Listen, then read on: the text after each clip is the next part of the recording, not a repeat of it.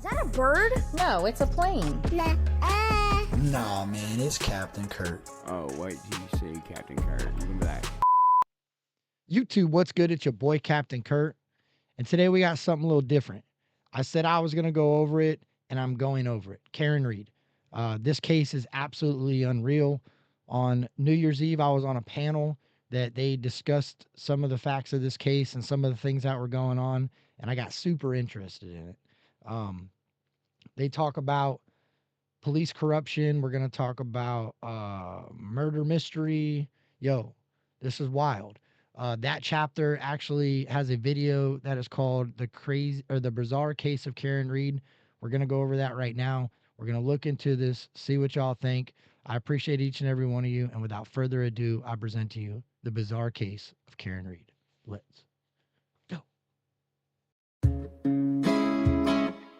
Shout out to that chapter, man. Shout out to you, bro. Appreciate you. And welcome. My name is Mike, and in this solo video, we are heading off to Boston, where in the wee hours of January the 29th, 2022, a then 42-year-old woman named Karen Read found her boyfriend John O'Keefe's body laying on a snowbank with no idea of how he got there. Or did she? This is a big old dun dun dun video because just hours after his body was found, she would find herself with bracelets around her wrists. Adding to the intrigue is John O'Keefe being an active Boston PD officer at the time of his death. Damn. Now, the thing about this case is usually when, someone is accused of murder and they're like, I'm being framed, it's a setup. It's pretty sensible to just take those ravings and be like, yeah, sure you are. Right, yeah, the good old framing job. Well, it's crazy he says that because he said right not long after finding this dude's body, they arrested Karen Read. So they probably, I don't know what evidence was found, but for me, just understanding the way it works, there had to have been some sort of evidence that they found that they were able to place her at the scene of the crime and place her as the person that committed the crime. If not, they wouldn't have charged her so quickly. Except in this one, it's a little bit different. There could be some fire behind the smoke in this whole video, so you know what? Let's give it a go. Karen Read, let's go.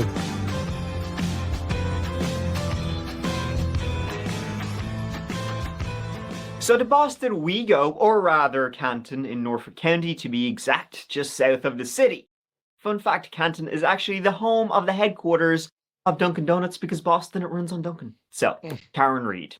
43-year-old Karen was a finance lecturer at Bentley University in Massachusetts, which is the same university she attended as a student, and also an equity analyst at Fidelity. Trying to figure out what an equity analyst actually does for a living. I gave it a bit of a go, but it's really, really boring. But you know what? It pays like over 100 grand a year, so I'll take the boring, sure. Long story short, our Karen, who I'm not short of a few. He said, I'll analyze your equity for 100 grand a year. Yo, I'm with you, bro. I'm with you. Barbara, too, was dating. She was seeing 46-year-old John O'Keefe, Officer John O'Keefe. They'd been together for about 2 years by the time our story takes place in January 2022. But this story is still ongoing, so details are a little bit sketchy. Basically, like in everything, right? You have two sides to the story. You have the prosecution and you have the defense, both very plausible. But what no one disputes is the setup to this case, which is that on the night in question, January 28th, Karen Read and John O'Keefe were out with friends and had visited the Waterfall Bar in downtown Canton before heading for drinks at the house of an acquaintance of John's. But they didn't really know each other that well. This after party was at 34 Fairview Road. That was the home of Brian Albert, fellow Boston cop and star of Boston's Finest. Myrna's chosen the head of the fugitive unit, Brian Albert, to help plan the operation. What do you anticipate we should have for the house? Oh, this dude's on a TV show too. The house that they hung out with. So they left this waterfall bar or whatever, and they went and had drinks at this guy's house. Wow.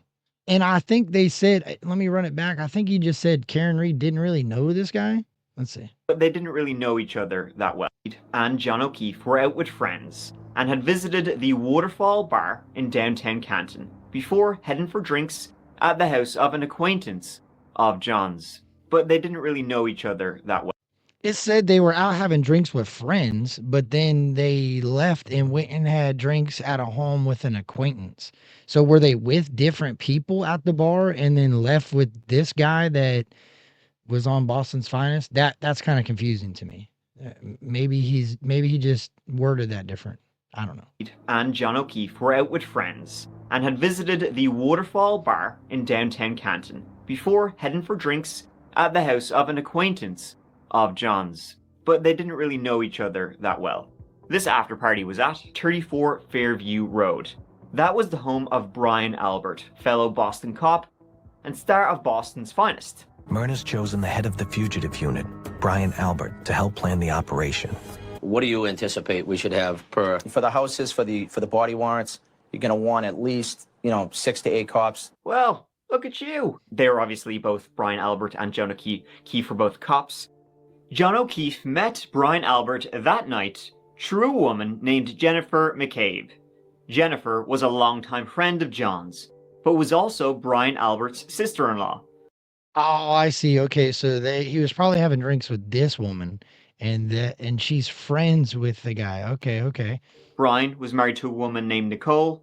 Jennifer, Nicole's sister. So that's how they all knew each other. Anyways, they weren't exactly tight, but Brian Albert being a cop, John O'Keefe being a cop, they're one of them. So out that night was John, Karen, Brian, his wife Nicole, and Jennifer and her husband Matthew, having a good time at the bar.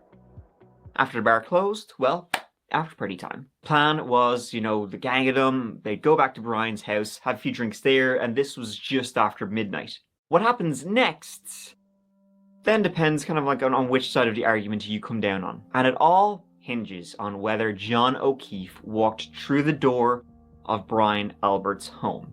Some people say he did, some people say he didn't, because hours later at 6 a.m., John O'Keefe's body was found on the snowbank outside Brian Albert's home. Officer John O'Keefe, who was off duty, was found dead on Fairview Road yesterday morning in front of a... Look at all that snow, bro. He was out in that? I thought it was just a couple inches of snow. That looks like a foot of snow. And it all hinges on whether John O'Keefe walked... Yo, and I'm from Florida, so I don't know anything about the snow. So if I'm wrong, I'm wrong. But that looks like more than a couple inches of snow. Walked through the door of Brian Albert's home. Some people say he did, some people say he didn't, because hours later at 6 a.m., John O'Keefe's body was found on the snowbank outside Brian Albert's home. Officer John O'Keefe, who was off duty, was found dead on Fairview Road yesterday morning in front of a friend's house. State police were at the scene last night investigating this.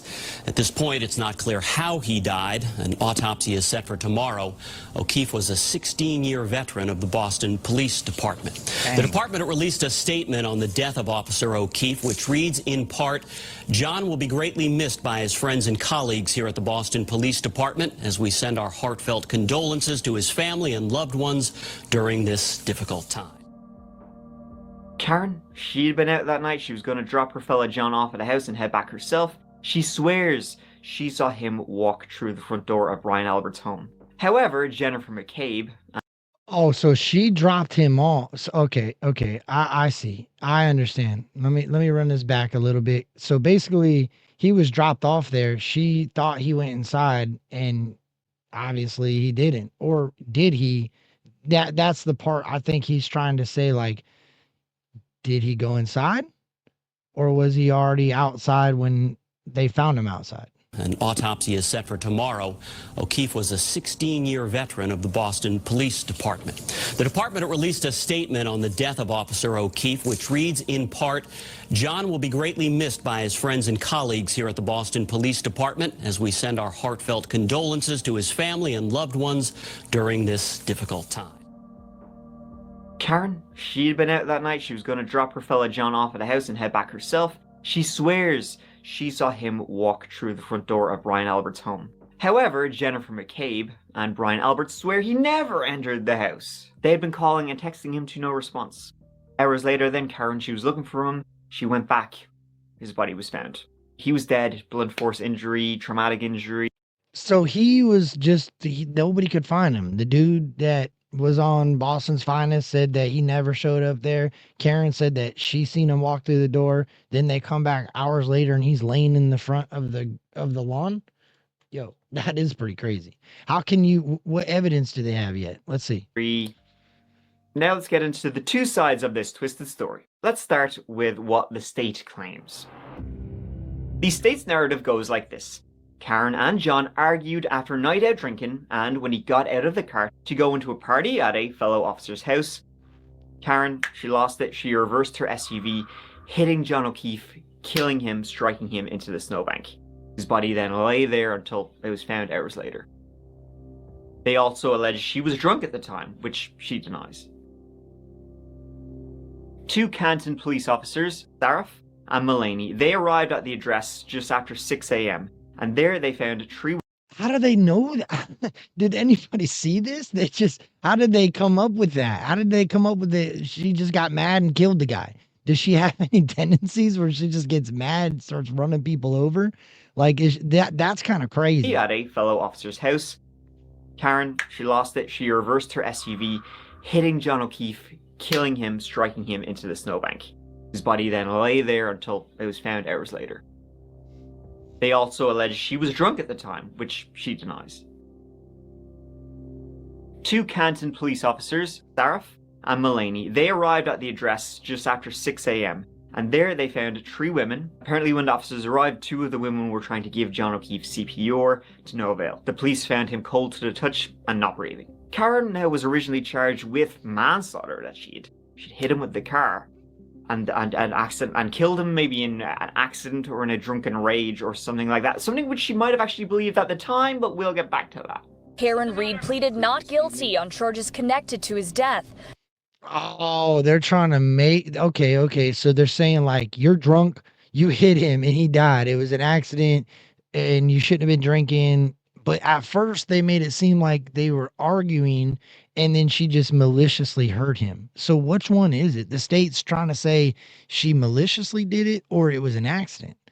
During a court appearance, prosecutors say the couple had been out drinking the night before, saying when Reed found her boyfriend in the snow the following day, she questioned whether she'd hit him with her car. The charges were then upped 4 months later to the murder charges she faces today.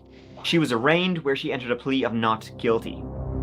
No way. Now, the most damning evidence for the prosecution is Karen's own words. That night, after she had dropped John off, she went home, hadn't heard from him, was going back. She was on the phone to Jennifer McCabe and she was saying something like, I could have hit him. Maybe I hit him. Karen claimed she was in shock at the time and she was just trying to work out what could have happened to John. Also, when she arrived back at the house, Karen was the first person to find his body, which, you know, they say, oh, well, he must have already known where he was because nobody else could find him. Well, look, I'll be real with you, bro. I've been in relationships where I've went to parties or hung out with people that my significant other didn't agree on. And yo, she's like, get the fuck out of here. See ya. Have a good one. You know what I mean? I'll be back later to get you. And left me there. You know what I'm saying? So, and it was against my better judgment to stay behind too. So I can see where, you know, she said, oh, I could have hit him, blah, blah, blah. Maybe she means I could have punched him in the face. Maybe she means like this guy was making such bad choices going around people that he doesn't know at all hours of the night that I could have punched him in the face for not listening to me. I mean, I can see that. But to say I could have hit him, hit him means multiple different things. I could have slapped him in the face. I could have punched him in the head. I could have hit him with my car. It doesn't necessarily mean hit just because he was hit. Could have hit him. Maybe I hit him. Karen claimed she was in shock at the time and she was just trying to work out what could have happened to John. Also, when she arrived back at the house, Karen was the first person to find his body, which, you know, they say, oh, well, you must have already known where he was because nobody else could find him. He was outside. I mean, she pulled up in a car and he was outside. She described the moment of finding him, that John's eyes were swollen shut and blood was coming out of his nose. Not only did she raise the question of hitting John with the car, but apparently when officers arrived, she repeatedly said to the paramedics at the scene, I hit him. I hit him. Once again, Karen's lawyers have said, you know, that was just her trying to rationalize what could have actually happened to her boyfriend of 2 years, but it's not exactly a good look to admit at the scene of the crime. To the thing you're now accused. Yeah, I agree. If you don't know that you did something, don't admit to it, especially in a case where somebody lost their life. Doing. The prosecution have also entered into evidence chunks of the taillight from Karen's SUV, which they say, broke when she hit John O'Keefe. Now, the defense, however, have asked for that evidence to examine it themselves, but they haven't gotten it. It's another polarizing piece of evidence, with anyone in favor of the prosecution's argument saying it's evidence that Karen backed into John, right? It's an open and shut case. She was going to drop him off, drunk, fighting. That little piece of glass was all they found from a broken taillight. That one little piece, that was it. See, I got to do more homework on this, because to me, that's crazy. If that's the only piece of glass that was found from a taillight that supposedly hit a man and killed a man, that doesn't seem like much damage. And if it was snowing outside, how did this little, hold on, let's see if we can pull it up. How did that stay just like that? Like there's a little bit of snow over top of it, but nah, that's kind of awkward. I don't know. I don't see any blood around it. I don't see much of anything around this little piece of plastic just laying in snow.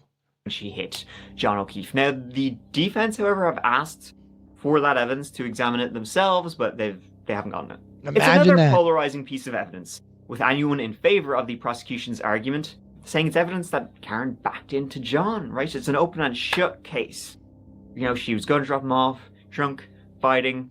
She hit him, she drove off, maybe she forgot, she went back looking for him, she found him. But the defense say it's kind of implausible that she could have actually hit him outside the house. Well, first of all, it was like a 3-point turn she was doing. The broken taillight on Karen's car was on the right side.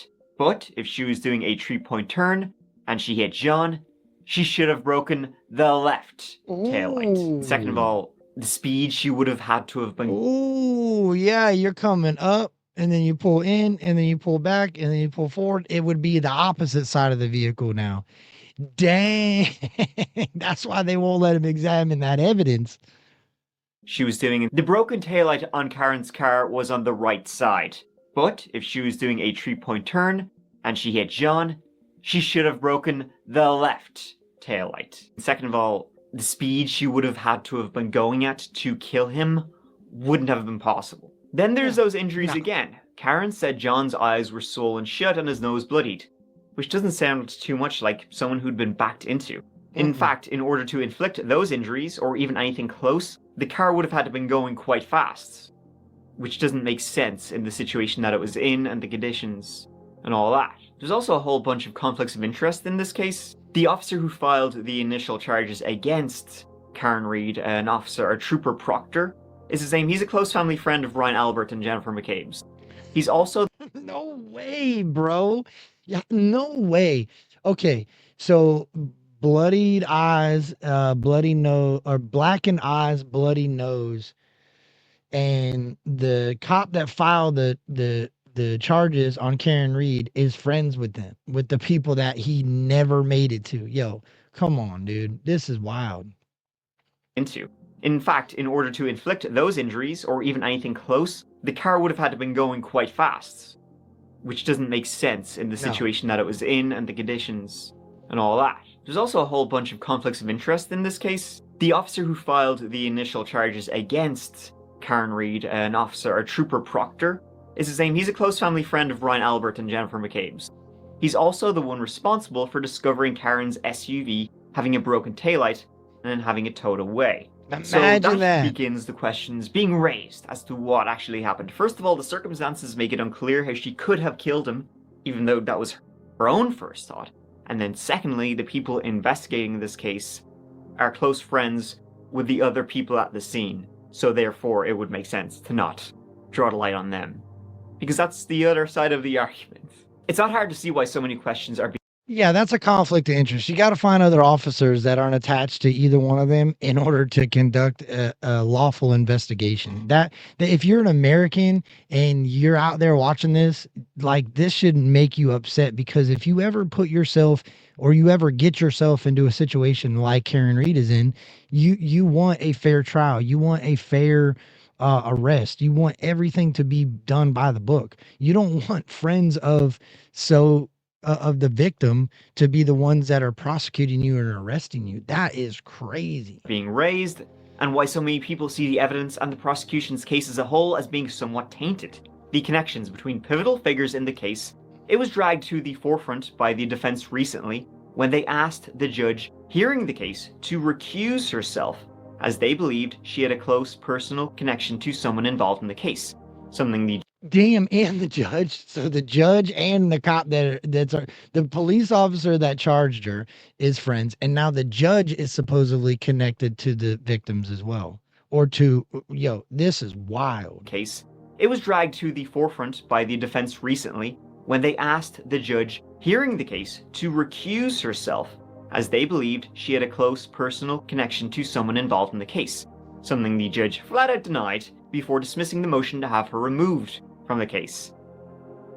Does kind of seem like everybody involved in this is in shenanigans with each other. They're all in cahoots. Inside, prosecutor Adam Lally requested the defense team no longer speak to the media. The hyperbole or the language that's been used on the steps of this courthouse in reference to the Commonwealth having its foot on the defendant's throat. The defense lashing out at that. How dare the prosecution try to prohibit defense counsel from doing our jobs? How dare they ask this court? Yeah, for real, bro. They're allowed to say what if they feel that you guys are unjustly doing something. They're allowed to state that. They're allowed to say how they feel. Like, that's wild. To take away our First Amendment right to free speech. All this happened after defense attorneys had accused the judge of appearing biased against them, asking she remove herself from the case because of an internet post saying she allegedly knows potential prosecution witnesses, something she strongly denied. And I want to make it very clear that I reject the notion that untrue and unsubstantiated rumors spread on the internet can force a judge to recuse herself from a case. And that is why some are saying this is a giant cover-up and Oh, so they're saying because okay, so they're saying that the defense is causing the media to put rumors out that are not true in order to get the judge off the case. No, maybe it's your relationships with the people attached to the case. Like that's wild, dude. Judges should be held to a higher standard, and they're supposed to be held to a higher standard. It seems like this lady doesn't really feel like she should be held to a higher standard, which as an American citizen, if I feel like I'm being judged unfairly, I can ask for the judge to be removed for that. And it seems to me that they're trying to deflect what the judge's actions are, what the judge's friendships are, and say that it's because of the media and that the defense attorney is talking to the media. What a joke, dude. That I reject the notion that untrue and unsubstantiated rumors spread on the internet can force a judge to recuse herself from a case. Sad. And that is why some are saying this is a giant cover-up and Karen Read is being framed for the murder of her boyfriend, Officer John O'Keefe. Because on the surface, it's open and shut. She'd been drinking, she hit him, she made statements to back up that, end of story. But then you dig a little deeper under the surface and there's so much more going on here. Let's get into that. Oh, I see. So they're just trying to get, basically, this woman had some drinks, and they were trying to make her just admit to doing something, open and shut, and throw it out and be done with it. But because it seems like she had some good defense attorneys, and it seems like maybe the media also was like, nah, that ain't how it should work, bro. Y'all are framing this woman. The defense hired specialist Richard Green, who found that in the hours before John O'Keefe's body was found, at 2:27 a.m., someone used a phone belonging to Jennifer McCabe, sister-in-law of the owner of the house, Brian Albert, to search on Google, how long to die in the cold. Yikes. Yeah, that's not a good look. And according to Karen's lawyers, of course, has no innocent explanation. Unless people at the party in the house knew John was missing or injured. Because remember, Karen says she saw him walk into the house. So what could have happened in the house where John O'Keefe would end up? Wait a minute. Who Googled that? Jennifer McCabe's cell phone. Bro, that's the woman that said he never made it inside. Whoa. Belonging to Jennifer McCabe, sister-in-law of the owner of the house, Brian Albert. To search on Google, Oh, she's okay. So that is the friend of John O'Keefe. That was the mutual friend. So she's a friend of John O'Keefe, but she's the sister-in-law of the man's home that was from the. Oh my goodness. So this lady, she's the one Googling how long to die in the cold. How long to die in the cold? Yikes. Yeah, that's not a good look. And according to Karen's lawyers, of course, has no innocent explanation. Unless people at the party in the house knew John was missing or injured. Because remember, Karen says she saw him walk into the house. So what could have happened in the house where John O'Keefe would end up dead outside? Adding even more fuel to the cover-up fire is that the defense have a sworn affidavit from a forensic examiner stating that not only did the seriously suspicious Google search happen, but the same witness states that several phone calls between Jennifer McCabe's phone and a phone belonging to Brian Albert were deleted, along with a screenshot of Brian Albert's contact information. The defense seems to think that Jennifer McCabe, she played a pivotal role in the cover-up of whatever really happened. The defense is even accusing Jennifer McCabe of going into, when they were looking for John, when Karen Read went back, that she was like delaying them from finding his body.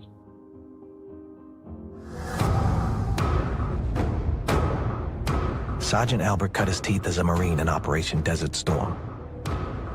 He views his work back in Boston as equally important.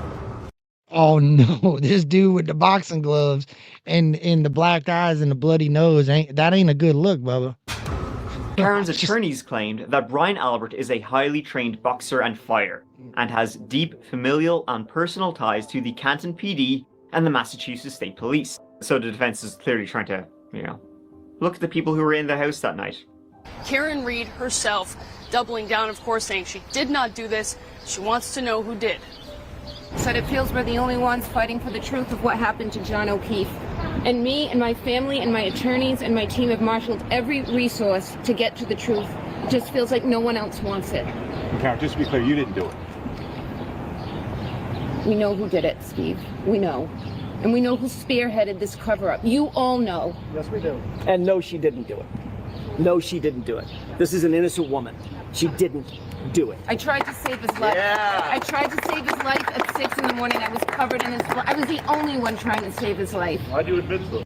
Oh, so she was one of the ones that were performing CPR. Okay, they said there was 2 women performing CPR. She was one of them. Who was the other one? She didn't admit to it. She didn't admit to anything close to that. Nothing close to that. And you should know that. That was like 3 or 4 times she admitted to it. No, she didn't. That's not true. She asked a question. She asked a question, which is very different. She didn't admit to anything. They have said several times that police never considered anyone else a suspect, including Brian Albert and Jennifer McCabe, despite them giving several incriminating statements. Yeah. A witness in the area saw Karen and John in the car, but didn't hear any kind of crash, didn't hear a scream, didn't see any kind of damage to Karen's car as she drove off. And get this, John O'Keefe's Apple Health also recorded his movements that night. It showed him in the area of Brian Albert's home. It said he took multiple steps at elevation, the equivalent of climbing 3 flights of stairs. Damn. So his Apple Watch is showing that he was going up and down. Look at that home. There ain't no up and down in that yard. There were 3 flights of stairs in the Albert home. And if he had been hit by Karen's car before he made it into the house, then he wouldn't have taken as many steps as it showed he did. Bro, that's facts. If they said he never went in, and Karen said she seen him go in. They said he never made it in there. Well, why does his Apple Watch show before he died he was making multiple hikes in elevation? That's the part of technology that I don't understand why they can deny that. You can't deny that dude was going up in elevation and down in elevation unless it showed the impact of him hitting. You got to be hit pretty hard to go flying through the air and fall back down. And that is a rapid jump in elevation. It's not stepping up in elevation. The deleted phone calls, the Google searches, by the way, that was found by the defense, not the prosecution. Even though the prosecution had Jennifer McCabe's phone for a year, they just never examined it. Why would they? Sure, this is an open and shut case. Karen Read clearly hit into him with the car. Wink. One more thing that's been brought up in the public kind of discussion about this case is the serious lack of CCTV evidence, which is something we've gotten used to in these kinds of cases with the rise of Ring doorbell footage and all that. Namely, one thing CCTV footage would clear up is whether or not Karen's taillight was broken before or after she went to Brian Halbert's house. If Karen's taillight could be proven to be broken at a time when she was not at the house, well, then she clearly didn't hit him. I mean, that's one of the key pieces of evidence, is that her taillight is broken, so therefore she hit him. The defense are even claiming they've been denied footage from the library in town, which would give them an indication exactly of when her taillight was broken. We're asking for evidence. Evidence. How can you deny footage from the library? Like, that's a public place. It's material, evidence that's relevant, evidence that's salient to a third-party culpability defense. Trooper Proctor may well be key to finding out exactly what did happen to John in the early hours of the 29th of January 2022. Another thing about the lack of CCTV footage is the house directly across from Brian Albert's. The Canton Deputy Police Chief lives there, and he has a Ring doorbell camera. He says it captured nothing, and the footage was never requested. So, Karen's own Ring doorbell, however, might provide an answer as to how the taillight came to be broken if it wasn't from hitting John. So that's the right side of the vehicle, the passenger side of the vehicle, that's the right side over there. Footage from the doorbell outside the couple's home clearly shows Karen accidentally backing. Boom, and you can see she hits that SUV behind her. You can see the snow fall off the back pillar. Into John's car on the way out to search for him. It was only hours later, after Trooper Proctor had impounded Karen's car. So that's going to be your passenger side. So if you're going to hit somebody, you're not going to hit them. You're going to want to be able to see them, right? So she hit him with supposedly the driver's side, the left side of the vehicle, and the right side of the taillight is broke. That pieces of taillight were supposedly found at the scene. The pieces of taillight which were found at the scene weren't discovered during the initial search. It was only like a search hours later that they were discovered. That's wild. Discovered by Trooper Proctor. And then there's the small matter of the disappearing dog. In particular, Brian Albert's German Shepherd, Chloe.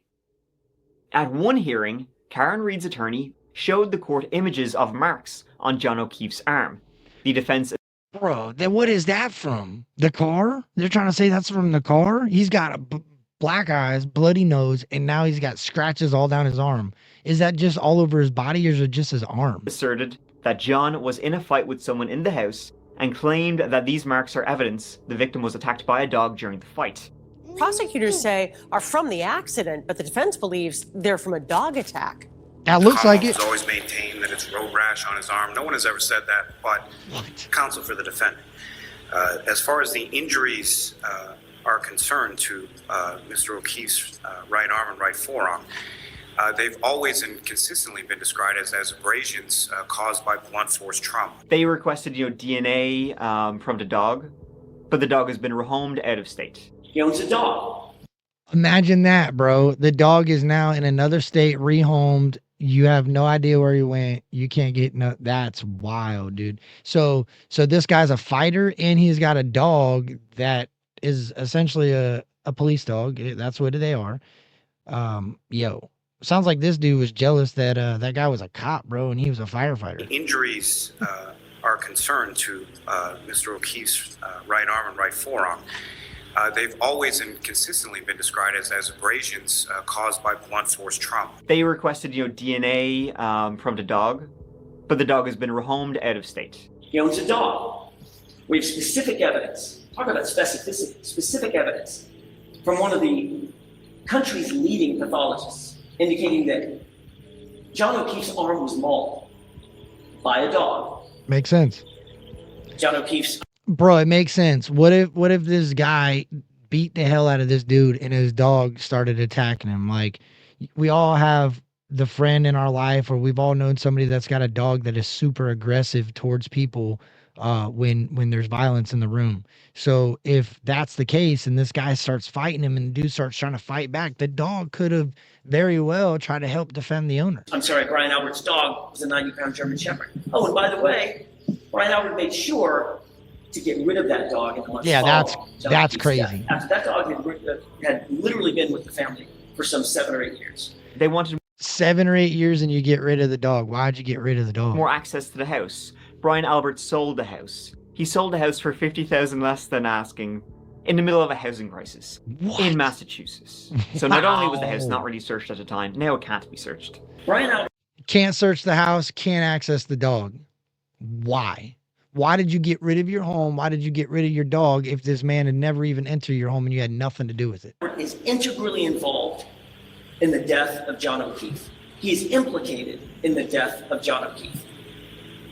Jennifer McCabe is equally implicated in the death of John O'Keefe and the subsequent cover-up of that death. So that is the two sides to the story. One, Karen Read backed into John and killed him. Problems with that are she probably wouldn't have been going fast enough to kill him. Definitely wouldn't have been going fast enough to hit him so that he knocked into a snowbank. And it seems like her taillight would have already been broken, which is the key indication that she did hit him. Or the second side of the story is John did go into the house, Brian Albert's house, and maybe something happened in that house, which ended up with John O'Keefe's body being dumped outside. But the problem with that is if something did happen in the house, the idea was just to dump his body outside and get lucky with a cover-up. At her bail hearing, Karen Read's lawyers asked the judge to lower bail to $5,000, citing a whole heap of health issues they say Karen has been suffering from. The various ailments include a brain tumor, multiple sclerosis, and colitis, which is like, geez, you got fair play to you. The judge gave that an but Karen would be released anyway on the 2nd of February after posing $50,000 bail. This case is whack. Like I said, on the surface, it's just a simple whatever, but then you dive underneath and it seems like everybody is in cahoots. The defense says Brian Albert is a cop. Something happened inside that house. Bro, wait till you hear the other people that have lost their lives that are attached to these people. There's more. Just stay tuned. I got more. And he's getting all the other cops to cover up for him as he has deep and familial ties with the state troopers and the local police department. But then on the other hand, John O'Keefe himself was a cop. So what could have happened that would, what could have happened? The prosecution says that Karen and John were fighting, that they were on the verge of breaking up. Yet Karen would say no to that, and in CCTV they looked happy on the surface at least. 100%. Read's own team have told the media that she has already spent thousands of dollars on her own defense, because it's a fight for her life. But spending tens of thousands on her defense and hiring experts from across the globe could easily be seen as a guilty woman throwing everything she can at the wall to see if something sticks. Yeah, there's a lot in this one, folks. If you want to learn more, highly recommend you check out the links below. Definitely has a deep rabbit hole. And John O'Keefe, he seemed like a great guy. O'Keefe took on the role of raising his niece and nephew after their parents died several years ago. It was a role O'Keefe's family says changed his life. It goes to show the person that he is. He has a huge heart. Like my family said, he would give you the shirt off his back. Just really amazing guy. He was a 16-year veteran of the Boston Police Department. He'd taken in his young niece and nephew after their parents died, and they died just months apart. Damn. By all accounts, John O'Keefe was a stand-up guy who didn't deserve what happened to him. Yeah, I agree, man. That sucks, dude. It seems like the dude was a really good guy, and he something happened, and he's no longer with us. But man, that's crazy to think that this dude didn't go inside. Did he go inside? That's literally, if they could figure that out, if he was inside that home, then you can't put her as Karen Read is not at fault then. But if he was not inside that home, then you can kind of point the finger at Karen Read. Man, and you got Snow. So Snow's battling the evidence. You got a dog that is no longer around. You got a home that is no longer able to be searched. You have all these things fighting against you. Poor Karen Read, bro. Like, for real. That sucks. What happened to him is the question. The only thing he can be given now is justice. So let's see what happens in Boston. Thank you so much for watching. I really appreciate you taking the time. I hope you found this case as interesting as I did. It's still ongoing case, so keep on the lookout for stories for Karen Read and what's going on there. It's a really twisted and wild one, and hopefully we'll find out the truth soon. But hey, sometimes there's no such thing as the truth. Again, here, please check out the That Chapter podcast. By the way, hadn't posted for a couple weeks because of various things going on, but it's back up now weekly, so give it a go. And yeah, that kind of wraps it up. You can find Patreon, bonus videos, all that sort of stuff in the description below, and Twitter and Instagram, and yada yada yada. Next video will be in a couple of days, so look forward to that. But until then, take care of each other and yourselves, because I love you. Mike out. Well, that was Mike from That Chapter. Great video. Shout out to that dude. I'm going to definitely be checking out some more of his videos on the Karen Read. Well, there it is. Karen Read. What do you guys think? You think she did it, or you think she's being framed? Let me know in the comments. I'm going to keep going over some of the stuff. I'm going to try to find some more videos. I do know that she's already went through trial, and they deemed it to be a mistrial, and she is going back on trial, I think, this month. If not this month, I think maybe next. I don't know. Don't quote me on that. Actually, let me know in the comments. When does Karen Read go back to court, man? This is crazy. I'm pretty sure she's out right now. I think the judge said she was released on bond, and she's been out on bond. Yo, keep this woman free. In my opinion, so far from what I see, it seems like they're framing this woman. She backed into them, but the taillight's broken on the opposite side of the vehicle. The broken taillight was found hours after the body was found and hours after the investigation. It was found by a police officer that is attached to the folks that never seen him come in the house. Dude, wild stuff. But anyway, I appreciate you guys. Thank you for checking this out.